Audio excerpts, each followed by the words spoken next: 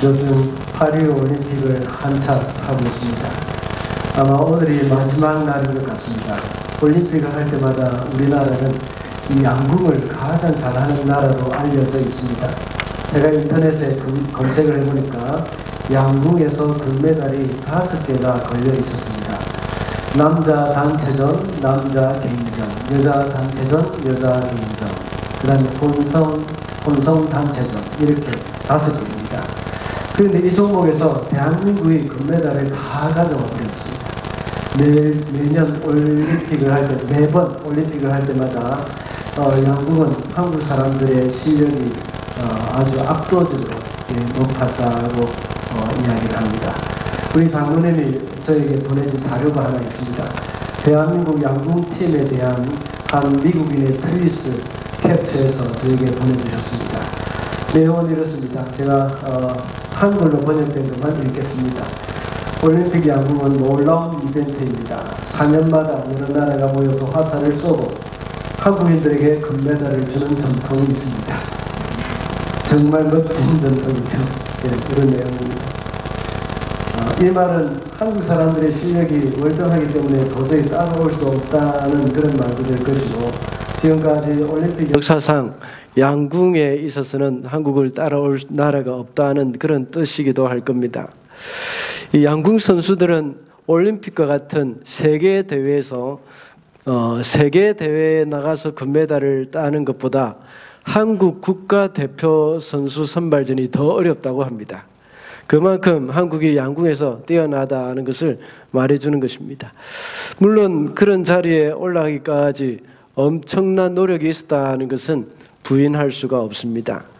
그러나 그런 것을 생각하지 않고 그냥 결과만 본다면 방금 읽어드린 한 미국인이 쓴 글이 공감이 갈 겁니다.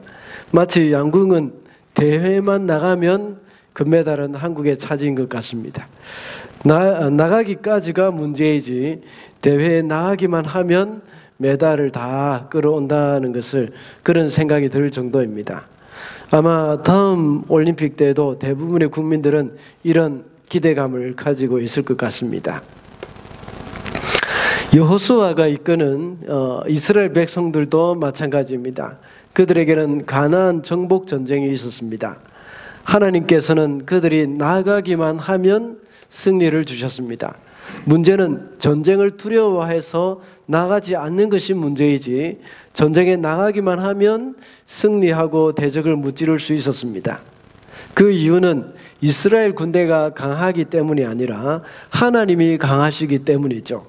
사실 군사력으로 따지면 가나안 민족들이 훨씬 강했습니다. 그러나 하나님은 그들과 함께 이스라엘 백성들과 함께 계셨기 때문에 능히 그 전투는 승리하게 되어 있는 그런 싸움이었습니다.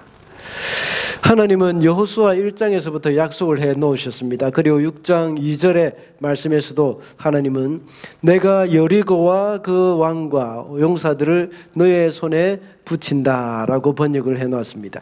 새 번역 성경의 번역이죠. 그런데 개역개정에서는 보라 내가 여리고와 그 왕과 용사들을 내 손에 넘겨주었으니 라고 번역을 해 놓았습니다. 과거형으로 번역된 것이죠. 이미 하나님이 너희들에게 다 주었다는 겁니다. 다 주었으니까 가서 취하기만 하면 된다. 너희들이 정복만 하면 된다. 차지하면 된다 하는 그 말이죠. 제가 어릴 때에 심부름을 참 많이 다녔습니다. 막내이기 때문에 저한테만 다 시켰던 것 같습니다. 생각나는 심부름 중에 하나가 두부를 사오는 것이었습니다. 어머니께서 이미 그 집에 이 두부값을 줘놓고 제가 가서 가지고 오면 되는 것이었습니다.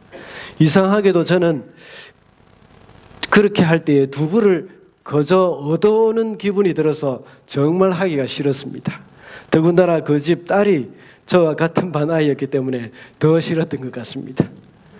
그런데 어머니께서 시장 가셨다가 오시는 길에 두부를 사려고 하셨는데 두부가 없어서 그냥 돈을 주고 나중에 두부가 다 만들어지면 그 시간이 되면 저를 보내시겠다고 약속하신 것입니다. 그때 사는 두부는 정말 따뜻하고 맛이 있었습니다. 그대로 김치를 놓아서 먹으면 정말 맛있는 반찬이 되는 것이죠. 그 두 번은 이미 우리 것이기 때문에 저는 당당히 가서 가져오면 되는 겁니다. 그런데 저는 꼭 그 집에 두부를 얻으러 가는 듯한 그런 느낌이 들어서 정말 가기 싫었던 것이죠. 하나님께서도 이스라엘 백성들에게 이 땅을 이미 주셨으니까 가서 취하면 된다고 하셨습니다. 그런데 이스라엘 백성들은 두려워했습니다. 그래서 사사기에 보면 그들은 가나안 족속들을 다 무찌르지 못하고 같이 살게 되었죠. 그러면서 늘 이 가나안 족속들로부터 괴롭힘을 많이 당했습니다. 가만히 있으면 승리를 얻을 수 없습니다. 하나님이 이스라엘 백성들에게 주셨지만 가서 차지하지 않으면 그 땅을 얻을 수 없습니다. 좋은 것을 주셨는데 이 내 손을 내밀어서 받아야 내 것이 되는 겁니다. 이스라엘 백성들도 역시 가서 하나님이 주신 그 여리고성을 취해야 합니다. 가서 그 승리를 취하면 되는 것입니다. 그래서 오늘은 가서 승리를 얻으라 하는 제목으로 말씀을 살펴보도록 하겠습니다. 첫째로 승리를 얻는 자는 하나님의 말씀의 인도를 받아야 합니다. 8절과 9절입니다. 8절을 제가 읽고 9절은 여러분들 읽어주십시오. 여호수아가 백성에게 명령한 대로 제각기 순양불 나팔을 든 7 제사장은 주님 앞에서 행군하며 나팔을 불었고 주님의 언약궤는 그 뒤를 따랐다.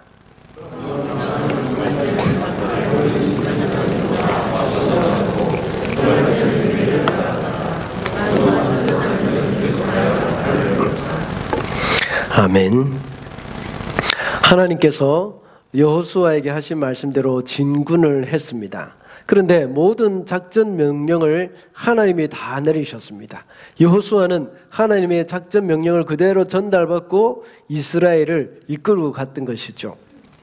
화면을 보시면 대충 알 수 있습니다. 여리고성을 도는 대열은 이와 같습니다. 가장 먼저는 무장한 선발대 가 출발했습니다. 그 다음에 7명의 제사장이 나팔을 불면서 행진했습니다. 그 뒤에 언약궤를 메고 따라갔습니다. 그 다음으로는 후발대로 백성들이 그 뒤를 따라간 것이죠. 여리고 점령을 위한 이스라엘의 행진은 이 말씀의 인도를 따라가는 행진이었습니다. 물론 보기에는 무장한 선발대가 가장 앞서가고 그 다음에 양각나팔 부는 제사장 7명 그리고 그 다음에 세 번째로 언약궤가 하는 것처럼 보입니다. 그러나 결국은 이 앞에 있는 무장한 선발대와 양각나팔을 부는 제사장의 7명 사람들, 이 사람들은 언약궤를 호위하는 것입니다. 언약궤가 앞서가고 백성들은 언약궤를 따라가는 것이라고 그렇게 생각하는 것이 맞습니다. 오늘 이 말씀을 볼 때 여리고성을 점령하기 위해서 나아가는 길은 하나님의 말씀대로 나가는 행진임과 동시에 하나님의 말씀인 언약궤의 인도를 따라 행진하는 것이기도 합니다.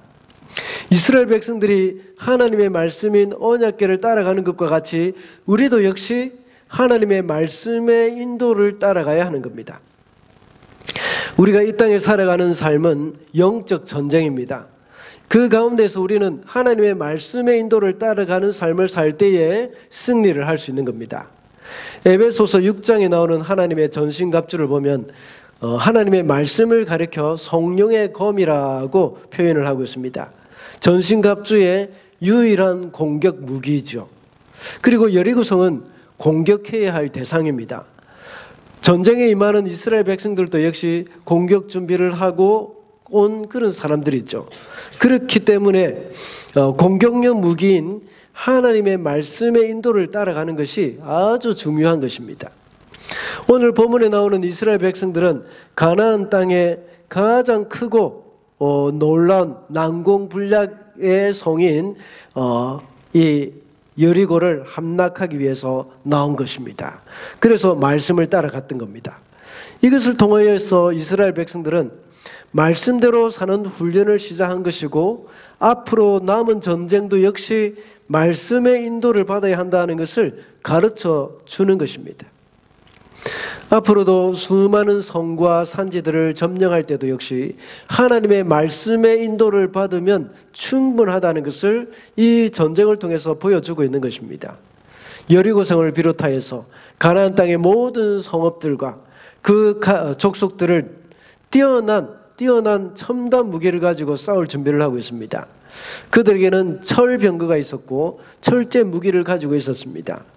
가나안 7족속은 이런 첨단 무기를 가지고 이스라엘 백성들과 싸우기 위해서 준비를 하고 있었던 것입니다. 그러나 이스라엘 백성들은 그런 무기가 아니라 하나님의 말씀을 따라갔습니다. 우리는 세상의 군대가 아니라 영적 군사입니다. 세상의 군인들이 하는 그 전쟁은 최첨단 무기가 승리를 판가름할 때가 많습니다.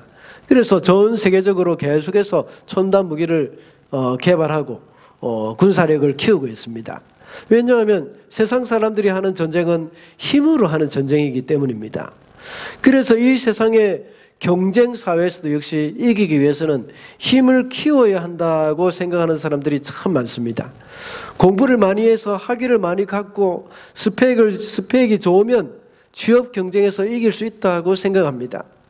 그리고 불량배들도 역시 불량배들로부터 나를 보호하기 위해서도 호신술을 배워야 한다고 생각을 합니다. 그러나 성도들은 모두가 영적인 군사들입니다. 이스라엘 백성들이 언약궤를 따라갔던 것과 같이 영적 군사들은 하나님의 말씀의 인도를 받아야 합니다. 하나님의 말씀이 나에게 뭐라고 말씀하시는지를 늘 알고 그 말씀을 따라야 하는 겁니다. 세상 사람들이 첨단 무기나 철제병거나 철제 무기를 가졌다고 해서 우리도 그것을 준비하면 실패하고 맙니다. 그러면 우리는 지고 마는 것이죠. 우리 그리스도인들은 이 세상의 무기를 가지고 싸우면 지게 되어 있습니다. 우리는 영적 군사이기 때문입니다. 우리는 영적 군사는 이 세상의 무기가 아니라 하나님의 말씀으로 살아야 하고 하나님의 말씀의 인도를 받아야 하는 겁니다. 이스라엘 백성들도 여리고성을 치러갈 때에 그런 것을 준비했다면 100% 지고 말았을 것입니다. 그래서 이스라엘 백성들은 그로부터 400년이 지난 사울 왕 때에도 변변한 칼 한 자루, 창 한 자루조차 없었던 것입니다. 왜냐하면 전쟁은 첨단 무기로 하는 것이 아니었기 때문입니다. 영적 군사는 하나님의 말씀을 따라갈 때에 승리할 수 있습니다. 그것이 바로 십자가를 지고 가신 주님의 방법입니다. 그리스도인들의 무기는 십자가입니다. 영화에 보면 십자가를 어떤 부적처럼 생각하고 무서우면 십자가를 그리거나 십자가 목걸이를 꼭 들고 있는 것처럼 생각합니다. 그러나 십자가를 지고 간다는 것은 주님을 따라가는 겁니다. 오늘 본문 8절에도 보면 언약궤를 가리켜 주님이라고 표현을 하고 있습니다. 언약궤를 따라가고 말씀을 따라간다는 것은 주님을 따라간다는 말과 동일합니다. 십자가를 지신 주님의 방법을 따라가는 것이 바로 승리의 길입니다. 내게 주어진 십자가는 희생의 십자가이고 겸손의 십자가입니다. 그리고 섬김의 십자가가 바로 승리의 십자가임을 우리는 기억을 해야 합니다. 그러므로 승리를 얻는 자는 하나님의 말씀의 인도를 받아야 한다는 것입니다. 둘째로 승리를 얻는 자는 믿음으로 순종해야 합니다. 10절 말씀입니다. 우리 다 같이 읽어주시겠습니다. 시작.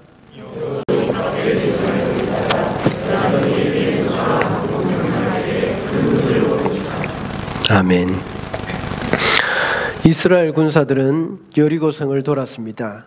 오늘 우리가 다 읽지는 않았지만 6장 전체를 보면 이 하나님이 명령하신 부분이 나옵니다. 이것이 2절부터 5절까지의 내용입니다. 그리고 6절부터 7절까지는 제사장들과 백성들을 불러 모아서 여호수아가 지시하는 그런 장면입니다. 그리고 8절부터 21절까지는 우리가 다 전체 봉독하는 것이죠. 백성들이 실제로 지시를 내린 이 지시대로 행하는 것, 그것과 앞서 앞절에서 미리 언급하지 않은 것을 여호수아가 지시를 해가면서 여리고성을 점령해가는 그런 장면입니다. 이 중에는 반복되는 부분이 굉장히 많이 있습니다. 굳이 이렇게 반복해서 기록할 필요가 없지만 하나님이 명령하신 말을 기록하고 여호수아가 제사장과 백성들에게 다시 명한 것을 또 기록해 놨습니다. 그리고 그 명령대로 실천하는 것도 역시 기록해 놨습니다. 이렇게 반복해서 기록해 놓는 이유가 무엇일까요? 그대로 순종해야 하기 때문입니다. 요즘도 그렇게 하는지 모르겠지만 옛날에는 군에서 명령을 수행할 때는 항상 상관의 지시를 복창하면서 이행합니다. 예를 들어서 이런 것이죠. 지금부터 연병장 50바퀴 선착순으로 돕니다. 실시. 이렇게 하면 이제 상관의 명령을 따라서 병사들은 실시하고 외치고는 달려갑니다. 이와 같은 효과라고 볼 수 있습니다. 먼저 하나님이 말씀하신 것을 그대로 여호수아가 제사장들과 백성들에게 반복해서 전달했습니다. 그리고 반복해서 전달된 내용을 그대로 또 반복해서 실행을 옮기고 있는 것을 우리가 볼 수가 있습니다. 그것은 그 말씀대로 순종한다는 것을 가리키는 겁니다. 사실 이스라엘 백성들이 시행하고 있는 여리고 전투는 처음부터 끝까지 순종이었습니다. 우리는 이해가 되고 또 상식에 맞는 일을 순종하기는 굉장히 쉬운 일입니다. 그런데 전혀 이해가 되지 않고 상식에서 벗어나는 일들은 순종하기가 참 쉽지 않습니다. 그뿐만 아니라 우리가 지금까지 해오던 그런 해오지 않던 그런 방식도 역시 순종하기가 참 어렵습니다. 새로운 일을 한다는 것은 대단한 결심이 없으면 하기가 쉽지 않은 것이죠. 오늘 본문에서는 이스라엘 백성들이 여리고성을 치러 오는데 일반적인 전쟁 방법과는 전혀 다른 방법으로 하고 있습니다. 그들은 6일 동안 하루에 한 바퀴씩 돌았습니다. 제사장이 양각 나팔을 불며 언약궤를 메고 앞장서서 걷고 백성들이 그 뒤를 따라갔습니다. 그렇게 한 바퀴만 돌고 집으로 돌아갑니다. 그러나 제7일차에는 7바퀴를 돌았습니다. 그리고 6일 동안은 침묵을 하면서 돌았습니다. 제7일째는 한꺼번에 함성을 질러라 하는 말씀에 순종했을 때에 성이 무너져 내렸던 겁니다.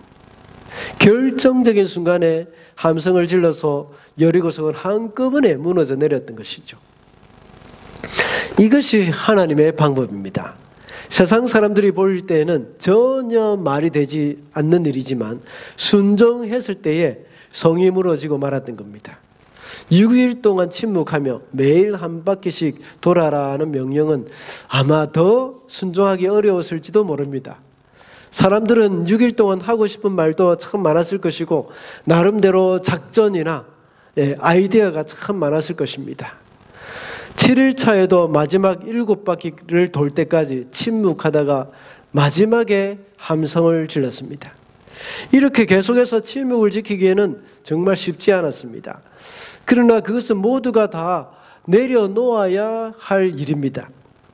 아무리 좋은 작전이나 아이디어도 하나님의 말씀 앞에는 쓸모가 없는 것이기 때문입니다. 앞서 말씀을 드렸듯이 순종할 때 이해가 어려운 것이나 지금까지 해오지 않은 것들, 다른 방식 이런 것들은 순종하기가 참 어렵습니다. 그러나 하나님의 말씀이라면 믿음으로 순종을 해야 합니다. 오늘 본문에 6일 동안 침묵을 하라고 말씀하신 것도 어쩌면 믿음의 순종이 쉽지 않았기 때문에 침묵을 해라고 할 수도 있습니다. 왜냐하면 믿음으로 순종하지 못하게 하는 것이 바로 불평과 원망이기 때문입니다. 우리가 가지고 있는 상식도 역시 믿음에 순종을 하지 못하게 하는 요인이 되는 겁니다. 그들은 어떤 부정적인 말을 할 경우가 참 많았습니다. 어떤 부정적인 말을 할 수 있을까요? 하나님의 말씀에 순종하면 6일 동안 성을 도는 동안 여리고성은 전혀 미동도 하지 않았을 것이죠.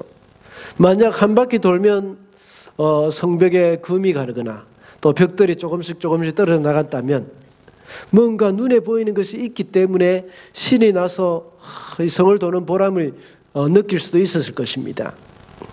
또는 한 바퀴 돌면 성을 지키는 군사들이 수십 명이라도 이렇게 우르르 성벽에서 떨어져 죽거나 성 안에 뭐 불이라도 나든지 이렇게 해야 할 겁니다. 그러나 전혀 그런 모습이 보이지 않습니다. 이런 가운데 만약에 입을 열어놓으면 온갖 말들을 다 뱉을 것입니다. 그렇게 되면 서로 선동이 되어서 반역할 수도 있는 것입니다. 성경은 믿음은 들음에서 난다고 했습니다. 이 말은 성경에 있는 말입니다. 그런데 성경에는 없지만 또 일리가 있는 말도 있습니다. 불신앙도 역시 들음에서 난다는 것입니다. 그만큼 말의 힘이 크다는 사실을 알아야 합니다. 광야 생활 40년 동안 우리는 이스라엘 백성들을 잘 보아왔습니다. 그들은 수많은 불평과 원망으로 사람들을 선동해서 하나님의 징계를 받은 적이 있습니다.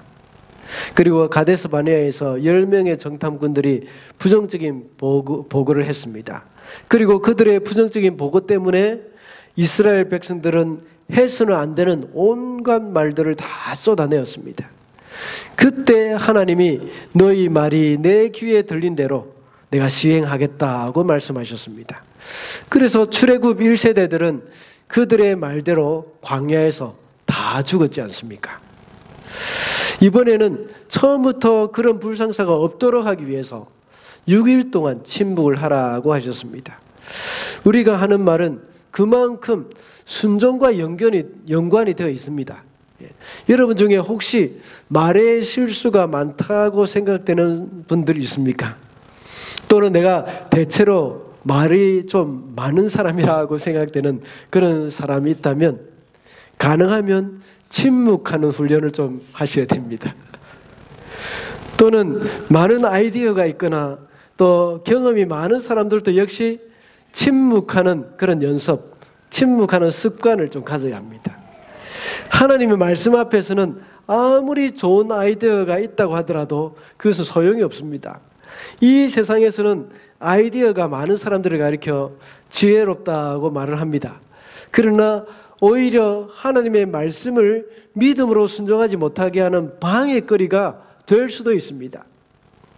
인간적인 아이디어는 굉장히 매력적이고 세련되어 보입니다. 반면에 믿음의 순종은 좀 투박하거나 미련하게 느껴질 수도 있습니다. 하나님의 방법이 그런 것이기 때문입니다. 고린도전서 1장에 보면 십자가가 하나님의 지혜이지만 이방인들이 볼 때는 미련한 것이라고 말씀하셨습니다. 여러분들의 눈은 누구의 눈입니까? 하나님의 눈입니까? 이방인의 눈입니까? 우리가 생각하기는 정말 말도 안 된다고 생각하는 명령에도 순종할 수 있어야 합니다. 오직 믿음의 순종만이 승리할 수 있는 방법임을 잊어서는 안 되겠습니다. 마지막으로 승리를 얻는 자는 거룩해야 합니다. 17절 말씀입니다. 다 같이 읽어주시겠습니다. 시작.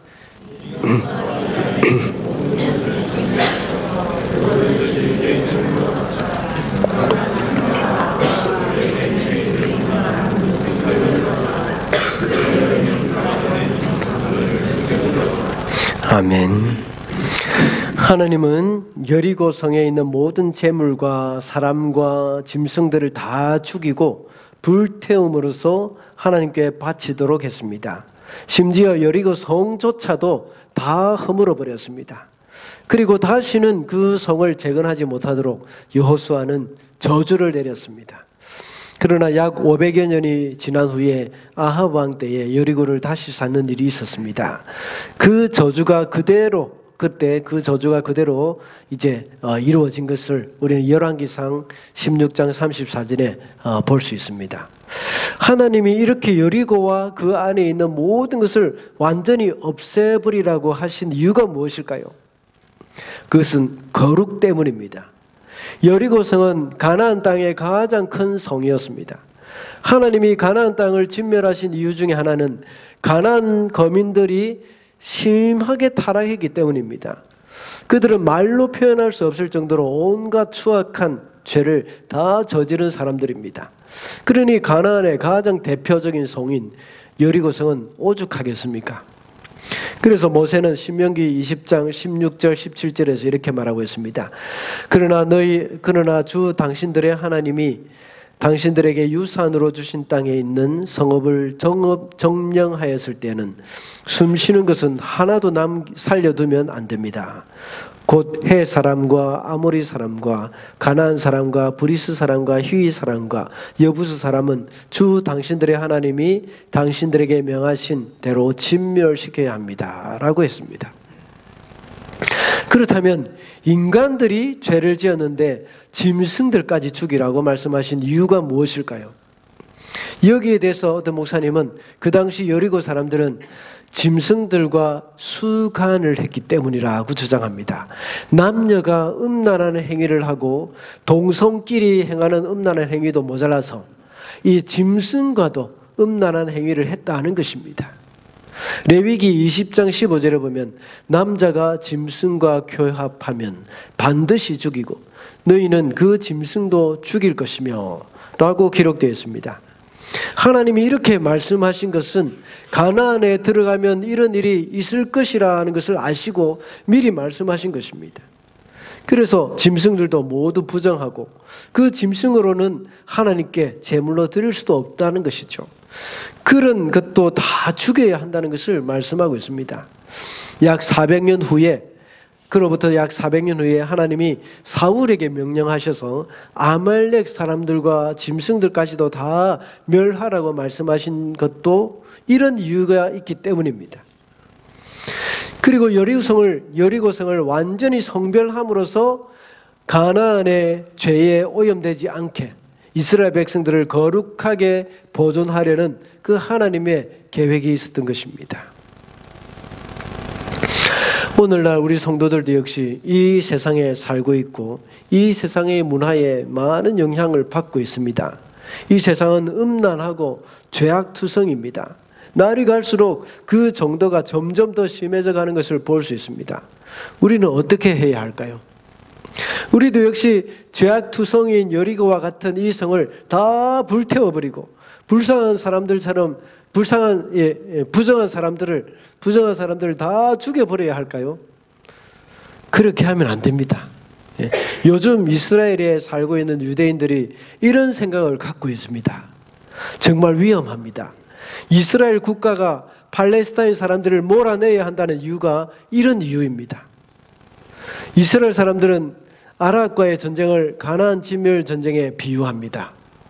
이것은 굉장히 잘못된 생각입니다. 그렇다면 우리는 어떻게 해야 할까요? 그것은 17절 하반절에 라합의 경우를 보면 알 수 있습니다. 이스라엘 백성들은 라합과 그 집안에 있는 사람들은 다 살려주었습니다. 라합도 역시 그의 삶을 볼 때에는 깨끗하다고 할 수 없습니다. 라합은 창녀였습니다. 어쩌면 죽임을 당한 모든 여리고성의 다른 사람들보다 라합이 더 부정한 사람이었을 수도 있습니다. 그렇지만 라합은 믿음으로 거룩하게 되어진 것입니다. 몇 주 전에도 우리가 살펴봤던 것처럼 라합은 창에 붉은 줄을 달아 놓음으로써 그 집안에 있는 모든 식구들을 구원했습니다. 이 붉은 줄은 유월절 어린 양을 잡아서 그 피를 문설주와 인방에 발랐던 것 같이 그리스도의 십자가를 예표한다고 제가 말씀드린 적이 있습니다. 우리도 역시 라합과 다르지 않은 사람들입니다.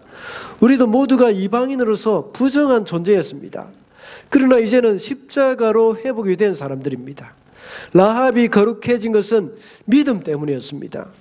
그와 같이 저와 여러분이 거룩해지는 것도 역시 우리의 행위가 아니라 그리스도의 십자가를 믿는 믿음 때문이었습니다.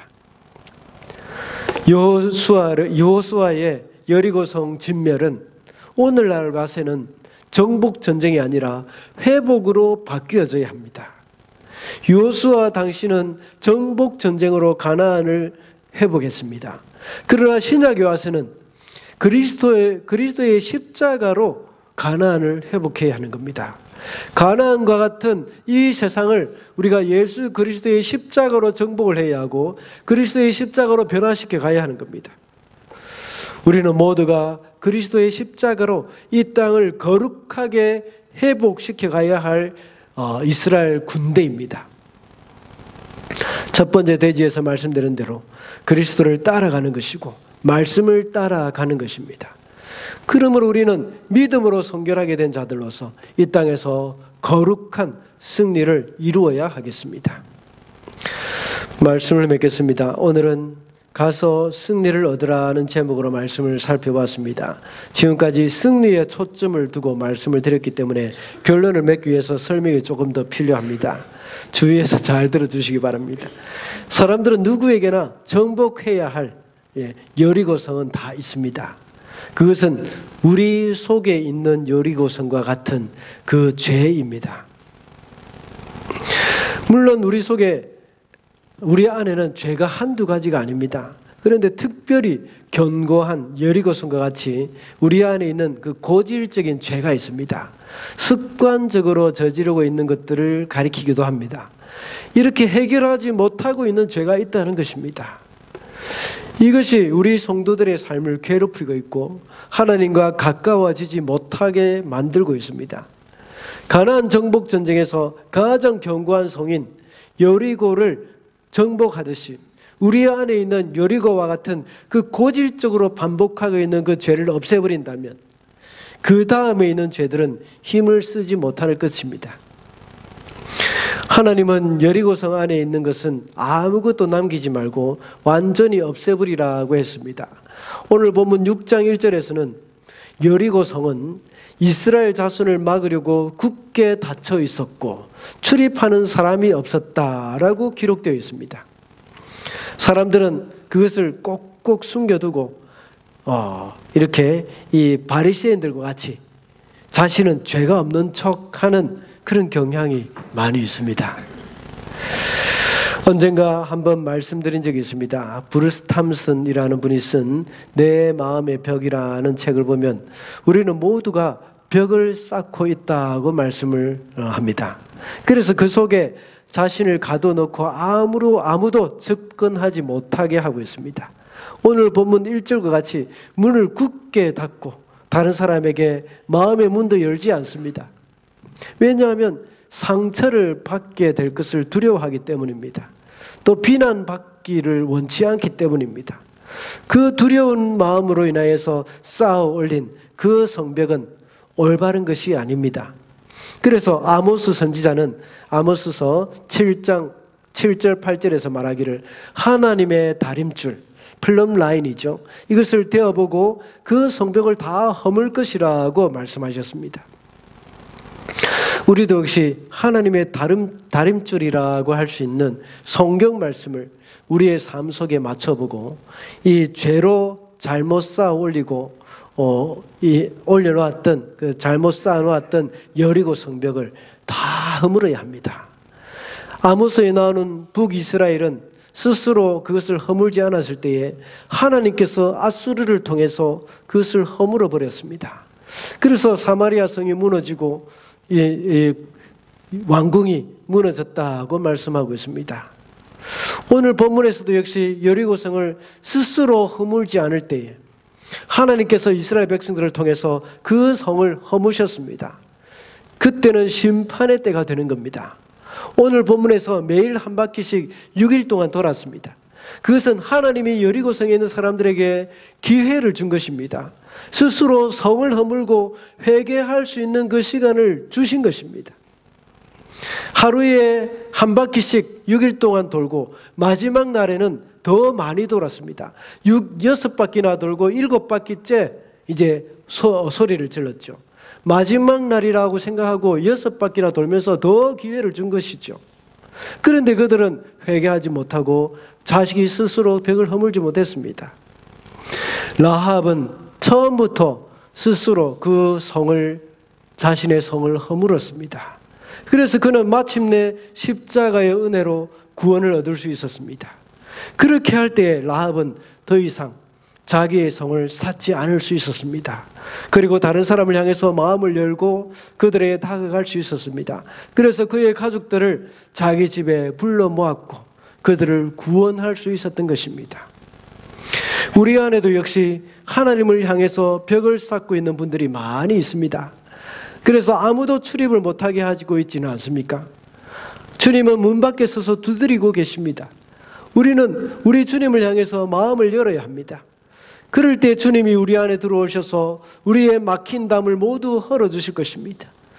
그래서 우리는 주님과 하나가 되어서 용기를 가지고 우리의 마음을 서로 열고 서로 허물 없이 다가갈 수 있어야 하겠습니다. 우리는 죄와 싸우되 피 흘리기까지 싸워야 한다고 했습니다. 하나님은 이미 우리 속에 있는 여리고성을 극복하고 승리할 수 있도록 해두셨습니다. 이렇게 각자의 여리고성을 극복하고 승리를 얻는 사람은 하나님의 말씀의 인도를 받아야 합니다. 그리고 우리 속에 죄를 무너뜨리는 방법은 세상의 전쟁 방법이 아니라 말씀의 인도를 받아야 합니다. 그리고 믿음으로 순종해야 한다고 했습니다. 사람들은 죄를 이길 수 없을 것이라고 생각을 합니다. 그러나 믿음으로 순종할 때 우리는 승리할 수 있다고 했습니다. 마지막으로 승리를 얻는 사람은 거룩해야 한다고 했습니다. 우리 속에 있는 여리고와 같은 죄악들을 말씀과 순종 그리고 거룩함으로 무너뜨릴 수 있어야 하겠습니다. 그리스도의 십자가로 인하여 우리 속에 있는 벽을 다 허물고 승리의 함성을 부를 수 있는 저와 여러분이 되시기를 바랍니다. 기도하겠습니다.